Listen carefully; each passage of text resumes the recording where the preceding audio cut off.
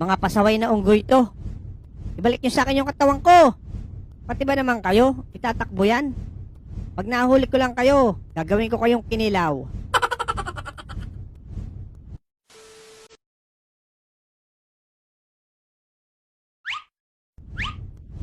Naku naman, nagpasok pa sa kuweba.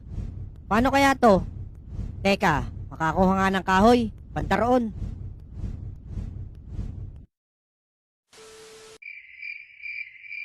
Teka, parang may napwesto na dito ah. Abay, anong baho naman yan? Ano bang kinakain mo, Manong? Baka ginagawa mong tubig yung bagoong ah. Ang sangsang eh. Hoy, animal ka! Ikaw na nga ang nakikiamoy. Nagrereklamo ka pa. Ang baho kasi, Manong. Sana lumayo-layo ka pa ng konti. Napakaselan mo, usang gala ka. Baka isampal ko sa'yo to eh. Kung hindi ko lang hinahabol ang katawan ko, kakagating ko yung ulo mo. Gawin mo! Pag-iisang kita ng jarbox, animal ka. Diyan ka na nga, kalbo. Kaya siguro naliwanag. Gawa siguro ng ulo mo, parang araw sa kintab. Umalis ka na nga. Pinag-iinit mo bumbunan ko. Bopols, storbo alam na nadumi eh.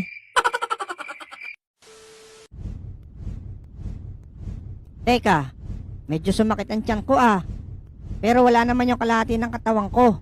Pero masakit talaga. Visit na kalbo yan. Nabalis pa yata ako. Mabalikan nga.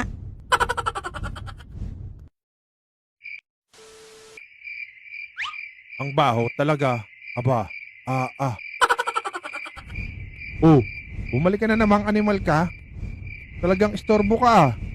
Lawayan mo nga ako, Manong. Malakas pala balis mo, kalbo. Aba, ako pa ang lalapit. Ikaw ang may kailangan. Dito na lang sa kamay, Manong. Oh, iyan na. Oh, alis na. Istorbo eh. Oh, ano ito? Ito ah. Mas mabisa yan kaysa laway. Lokong kalbo talaga to.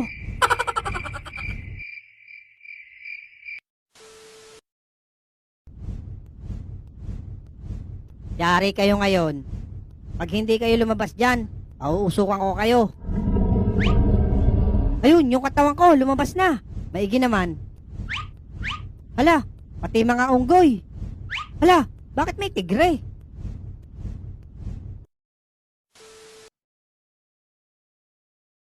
Teka, putol na katawan yun ah. Mga unggoy naman.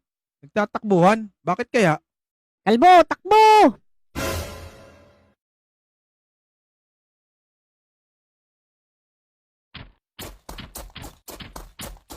Nako, maghahabol na naman ako. Mag-uumaga na. Napakamalas talaga ng gabi ko.